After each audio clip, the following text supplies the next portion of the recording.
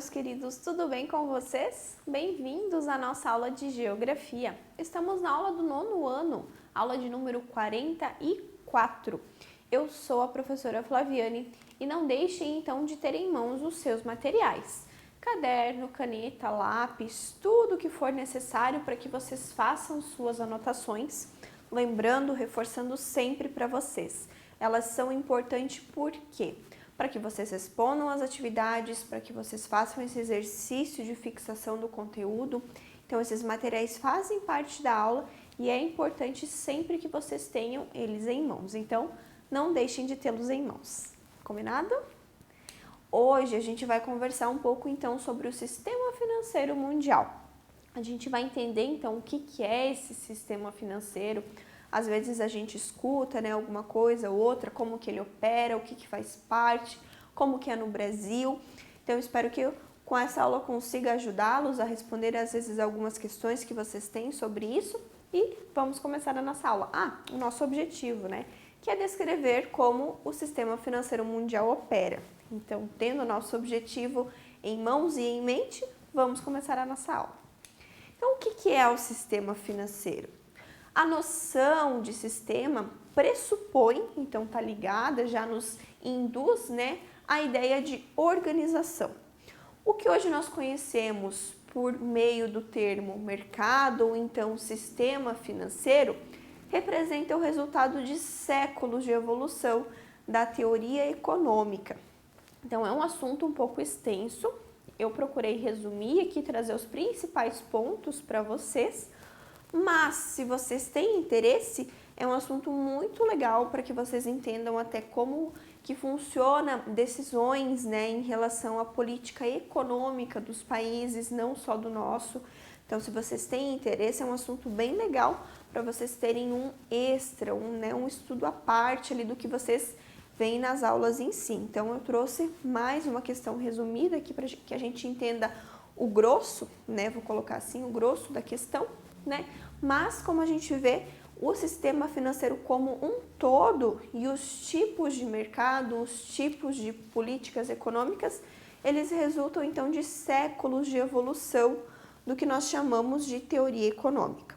Então, em termos gerais, o sistema financeiro tem como finalidade primordial, né, a sua principal finalidade, transferir os recursos em poder, né, dos poupadores, aqueles que guardam, né, os que são os investidores, aqueles que detêm maior parcela do dinheiro, para o setor produtivo ou para o setor de consumo. É constituído basicamente pelos mercados, né? Os mercados, dentro dos mercados nós temos agentes. E esses agentes realizam a transferência, né, do dinheiro, ali o dinheiro vai passar de uma mão para outra, mediante operações, né? Essas operações são de compra, de venda, troca, operações de troca de ativos financeiros ali, e é feito através de instituições financeiras e a gente tem órgãos que regulam todo esse sistema. Então, o sistema financeiro é mais ou menos isso, é um órgão, né, uma empresa que vai ter o dinheiro, vai ter uma pessoa que está precisando daquele valor, outra empresa que está precisando daquele valor e vai haver essa troca, né, essa troca do dinheiro. O dinheiro vai trocar de mãos e nós temos então órgãos que são do governo que regulam tudo isso, que fiscalizam. Então, como que começou? Ali eu vou dar um breve aqui relato de como começou tudo isso, para se chegar ao que a gente tem hoje. Tem bastante história por trás, ok? Mais uma vez, se vocês têm interesse, busquem mais informações, vocês têm a internet aí em mãos, é uma ferramenta excelente quando vocês usam ela de uma maneira efetiva, de uma maneira construtiva. Então, como que começou? Todo país tem como unidade de valor uma moeda e um sistema monetário.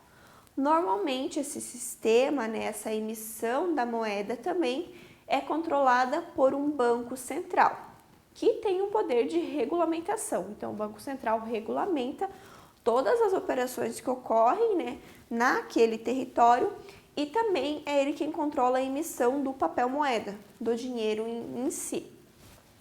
Com o início, né, nos rudimentares sistemas de escambo das civilizações primitivas. Então, lembrando o que é escambo. O escambo era a troca, né? Como não existia dinheiro, não existia moeda, o papel moeda, o dinheiro que nós temos hoje nós chamamos de papel moeda, porque começou primeiro com a moeda.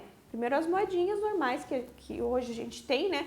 Antes era só moedas mesmo, devido aos metais, né? Então os metais eram cunhados ali, cada metal valia, né? Tinha um valor, então começou com as moedas.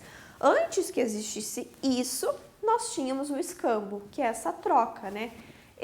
Eu produzia trigo, eu quero trocar com você que produzia arroz. Então, a gente faz essa troca de mercadorias, esse escambo.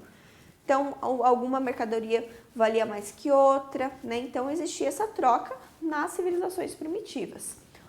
Onde também a produção excedente de cada indivíduo era utilizada, então, como meio de troca para suprir as suas necessidades. Então, aquilo que eu não produzo, né? Eu preciso pegar de outra pessoa, então que eu vou produzir sempre a mais, eu produzo para mim, para minha subsistência, e a mais, e esse a mais eu vou trocar. As primeiras formas conhecidas de moeda surgiram então do século 7 a.C.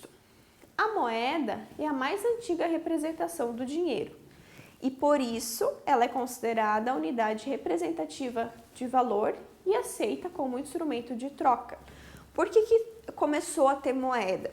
Porque o escambo, né, ele funcionava de uma maneira eficiente para a época, porém, o volume, né, do que você precisava carregar era grande. Imagina, eu tenho trigo, eu quero trocar pelo arroz, eu vou ter que levar toda aquela carroçada lá de trigo para você e você vai ter que trazer sua carroça de arroz para mim.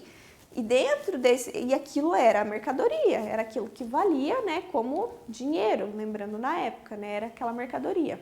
Só que no meio do caminho eu poderia ser assaltada, poderia perder aquela mercadoria, ocorrer várias avarias, né, para aquela mercadoria. A partir do momento que a moeda surgiu, eu tenho para trocar com você. Então, eu vou comprar de você, te dou a moeda e depois eu vou lá buscar e eu me responsabilizo. Então, a moeda surgiu para facilitar esse tipo de troca.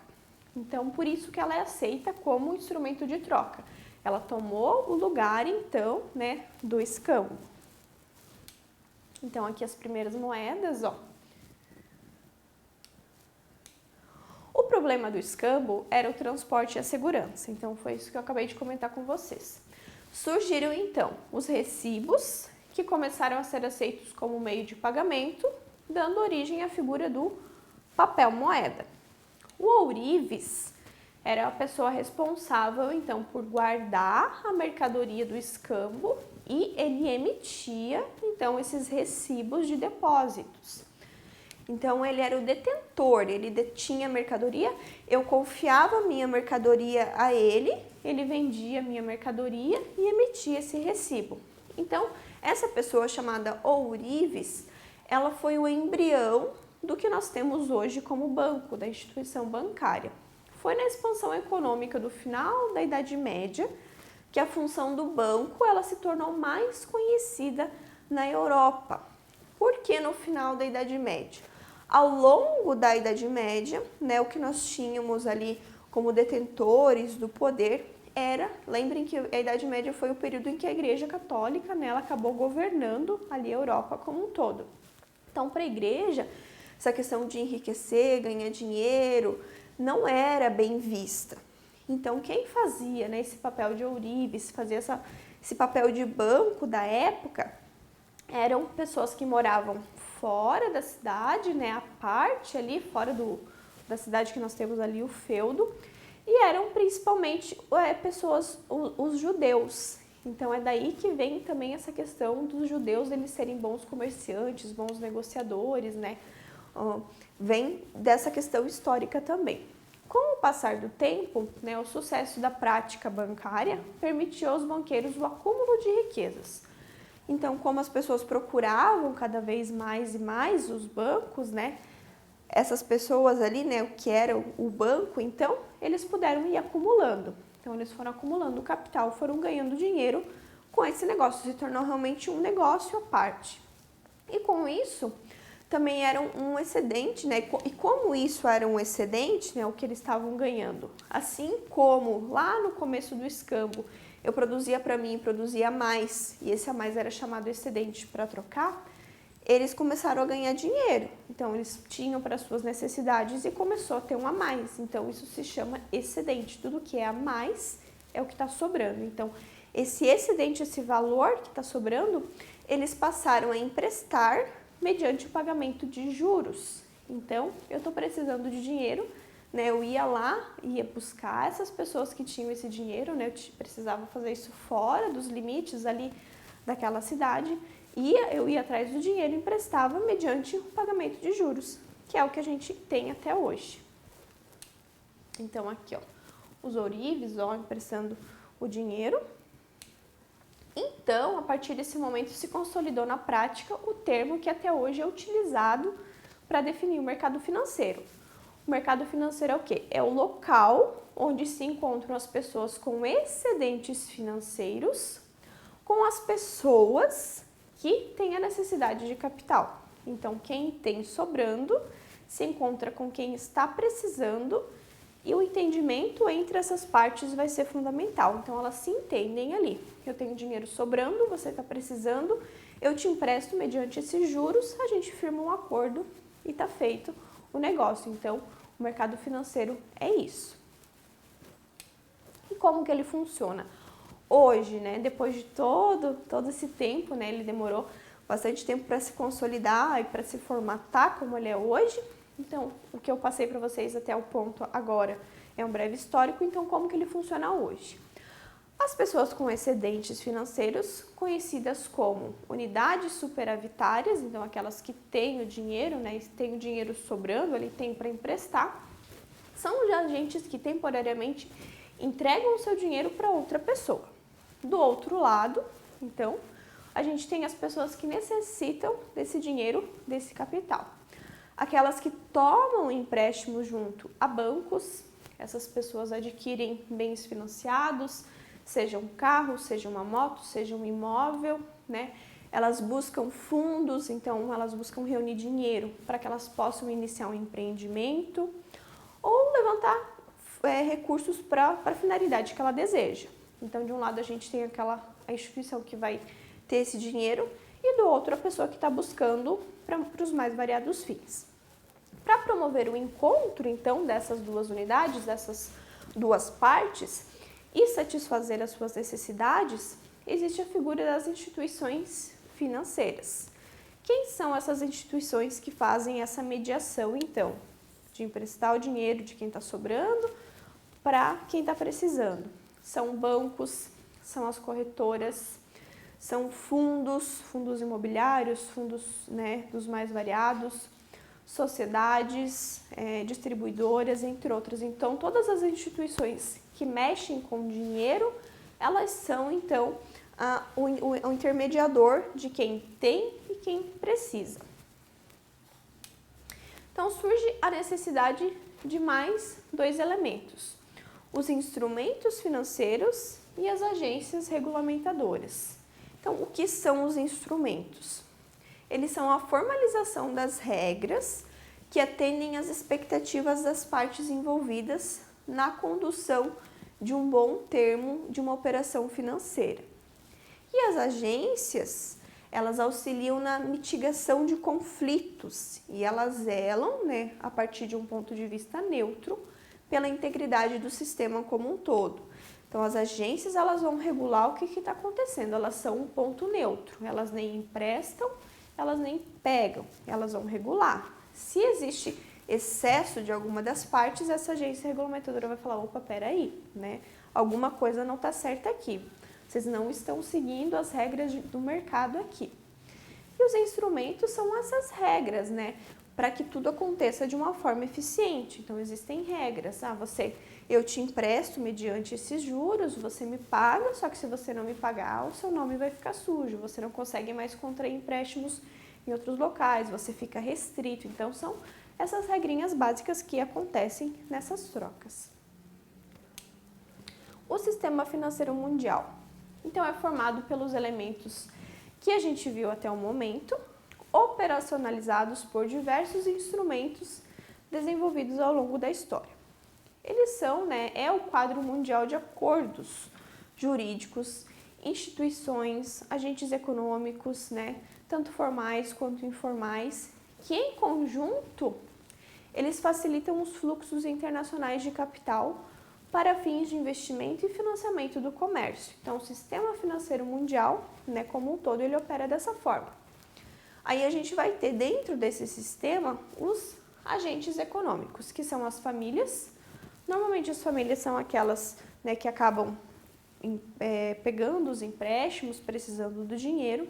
As empresas, então, que também são as empresas, ou elas vão oferecer, ou então vai ser uma empresa que está precisando de dinheiro também para melhorar. E o setor público, que vai ser aquele que vai mediar, normalmente na figura dos bancos centrais.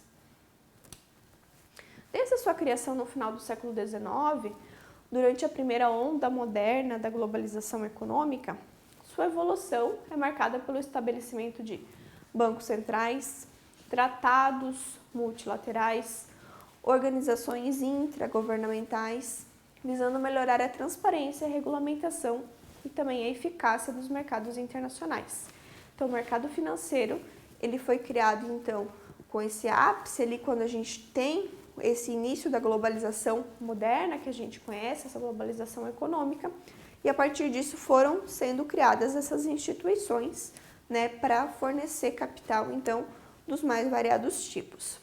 O sistema financeiro, ele engloba o mercado financeiro, que pode ser dividido em 4 grandes mercados. Então, a gente tem a divisão desses mercados conforme o que a pessoa busca.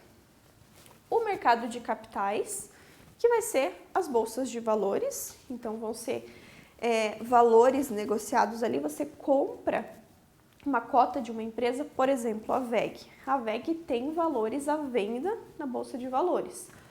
Nós, como pessoas físicas, a gente, né, a partir de uma corretora, a gente abre uma conta numa corretora e a gente compra um pedacinho da empresa. Então, a partir do momento que você compra uma cota daquela empresa, você é acionista, você faz parte daquela empresa. Então, todo o lucro que aquela empresa gerar vai ser retornado para você também.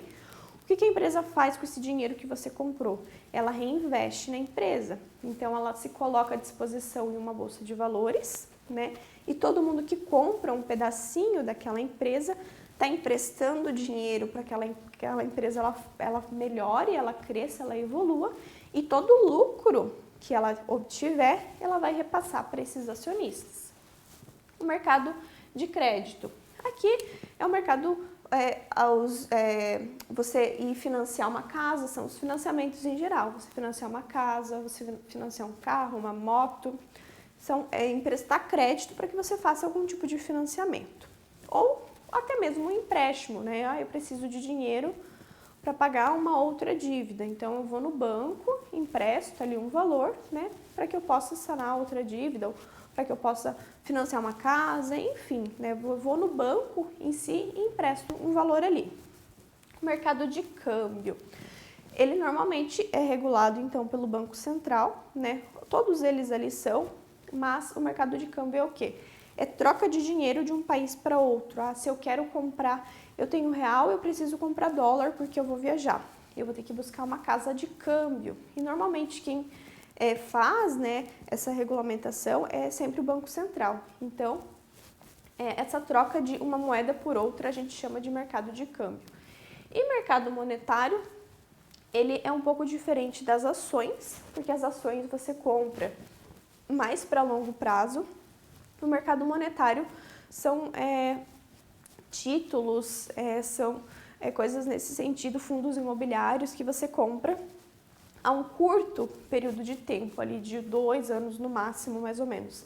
Então, são períodos de curtos a curtíssimos ali. O que seria, por exemplo, então, um título público, um título da dívida? O Brasil tem dívidas com outros países.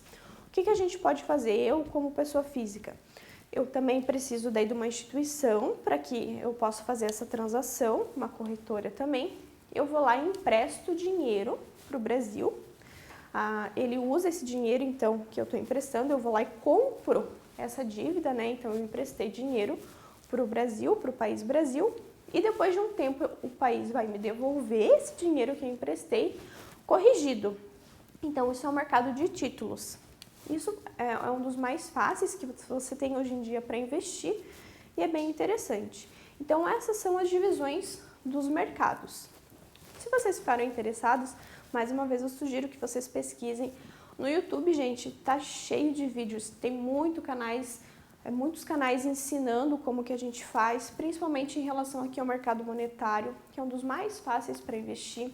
Vocês são mais novinhos, né? É bem interessante que vocês saibam, até para ter uma visão de futuro, quem sabe, né, investir durante o período, daí mais tarde vocês conseguem resgatar e comprar suas coisas, enfim. É bem interessante que vocês pesquisem, porque é um meio de fazer o dinheiro render, né, o dinheiro trabalhar para vocês. Daí a gente tem, então, a figura do Banco Central, que faz parte de tudo isso, é quem regula, né, tudo que acontece no território nacional. Então, é uma instituição financeira governamental que atua como o banco dos bancos. Então, é ele que está acima de todos os outros bancos, todas as outras instituições, né?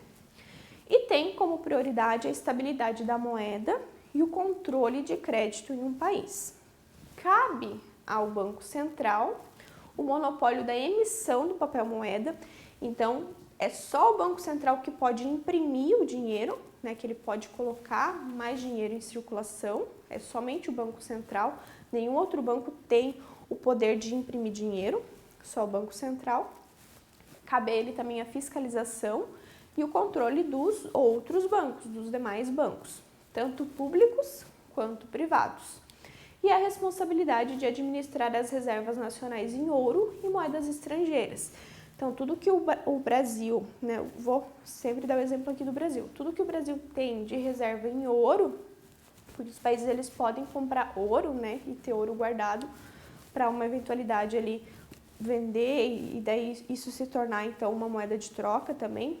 Então, tudo que o Brasil tem de reserva de ouro e moedas estrangeiras é de responsabilidade do Banco Central.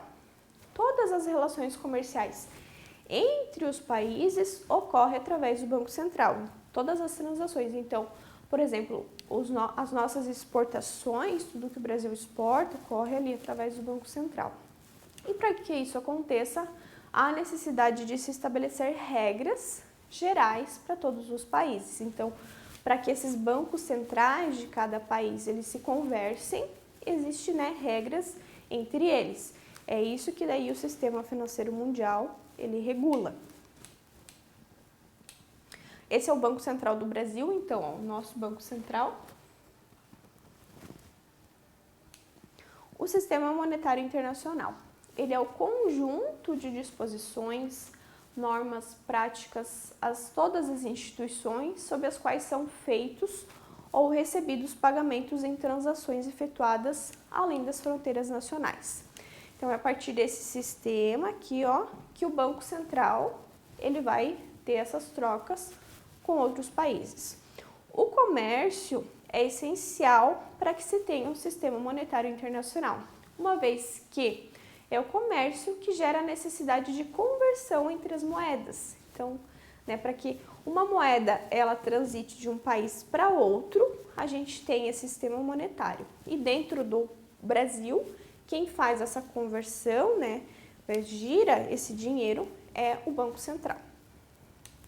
O Banco Mundial.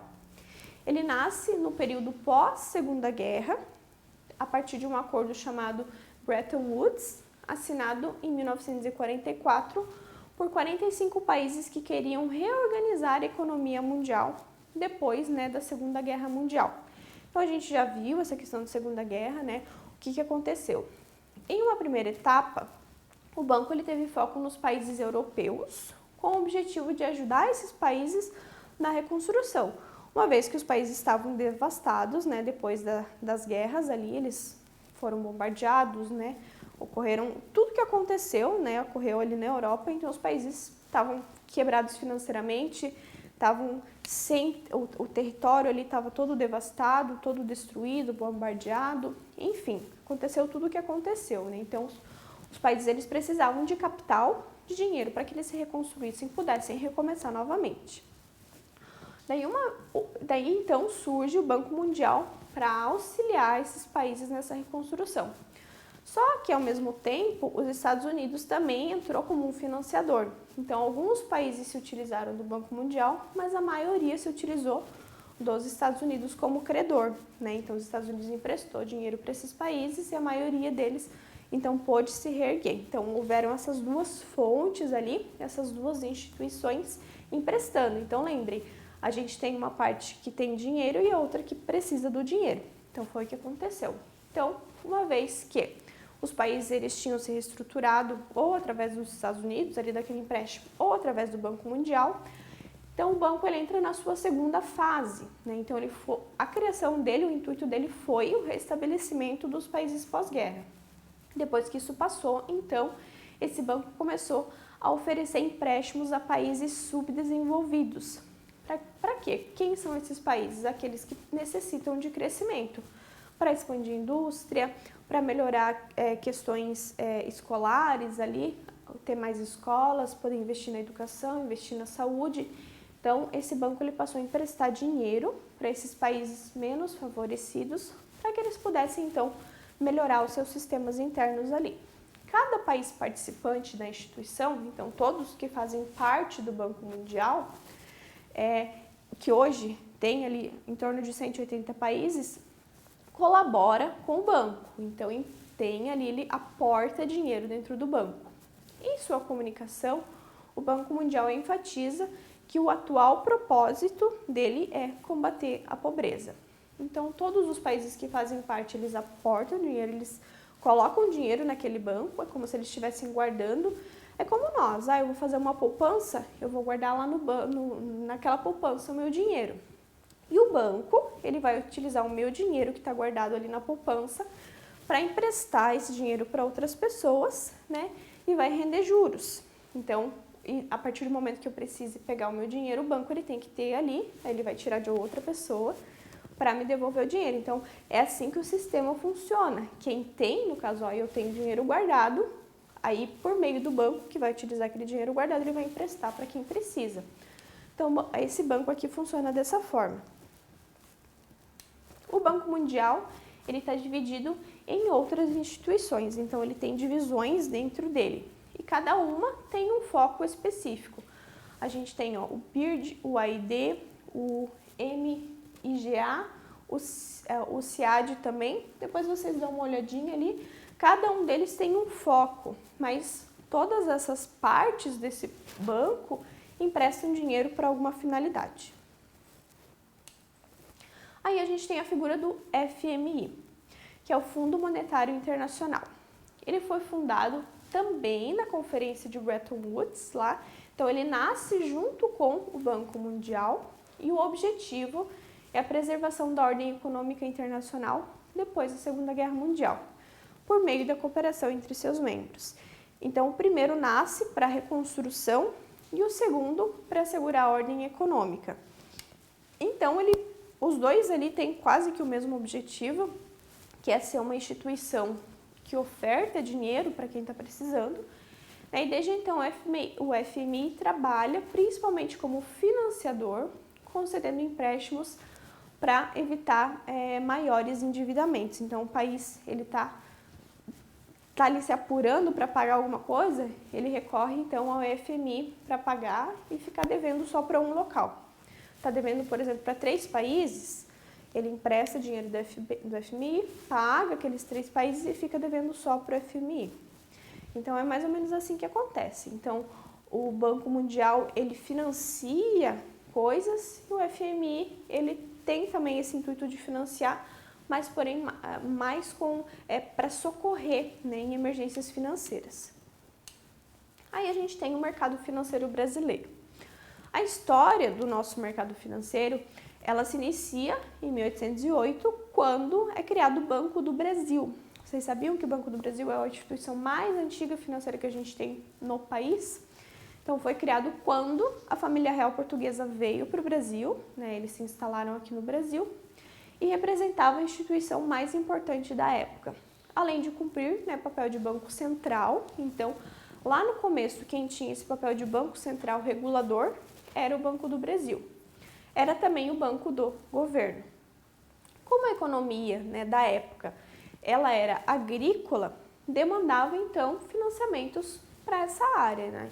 Então, as pessoas, quem tinha, né, o poder aquisitivo podia emprestar dinheiro para que então pudesse melhorar ali essa questão agrária, e era o banco também do governo, da família real. O Banco do Brasil ele até quebrou, ele até foi desfeito em um período ali, de tanto que a família real tirou dinheiro e depois não repunha, né? Então ele acabou quebrando uma época e depois ele conseguiu entrar nos eixos de novo e segue firme e forte até hoje. Em 1861 surgiu a Caixa Econômica. Então a Caixa Econômica Federal também, surgiu um tempo depois, mas a Caixa já era voltada então para um outro setor, que era para funcionários públicos e penhor também para pessoas de baixa renda.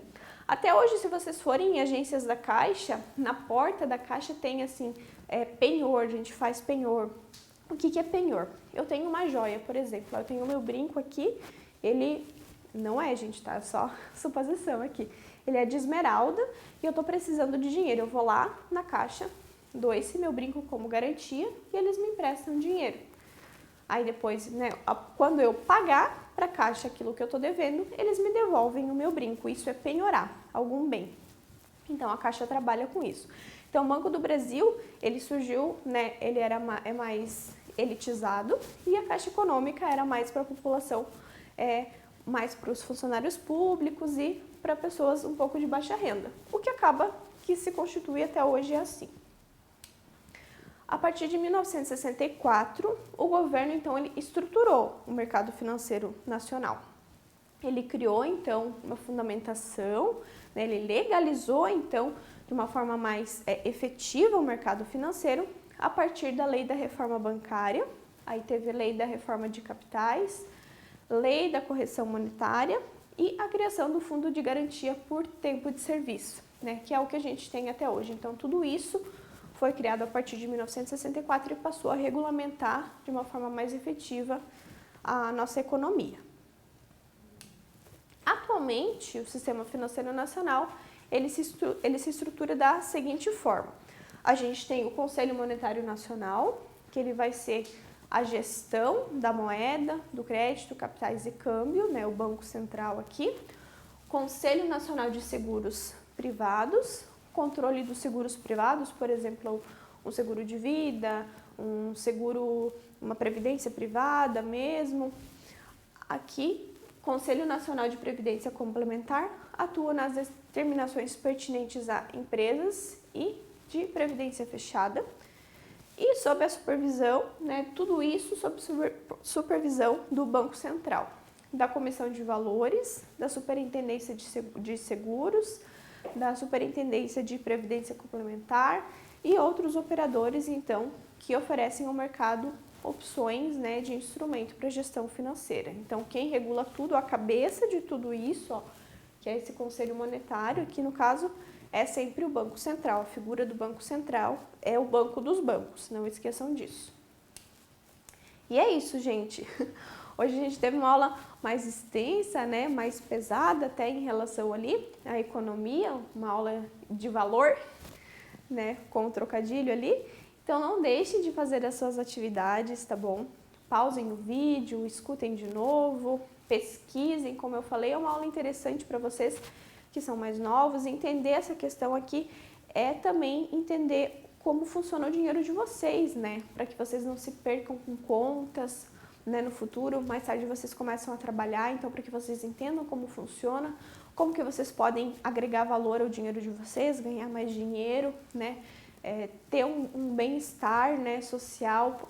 Vocês ganhando mais dinheiro, vocês vão estar bem, vocês têm acesso a bastante coisas, vocês podem ajudar os seus familiares, então não tenham vergonha de ganhar dinheiro, mas tenham consciência, ganhem de uma forma correta e ajudem a família de vocês, ajudem quem precisa sempre também. Então não deixem de fazer as atividades e nos vemos na nossa próxima aula. Tchau, tchau!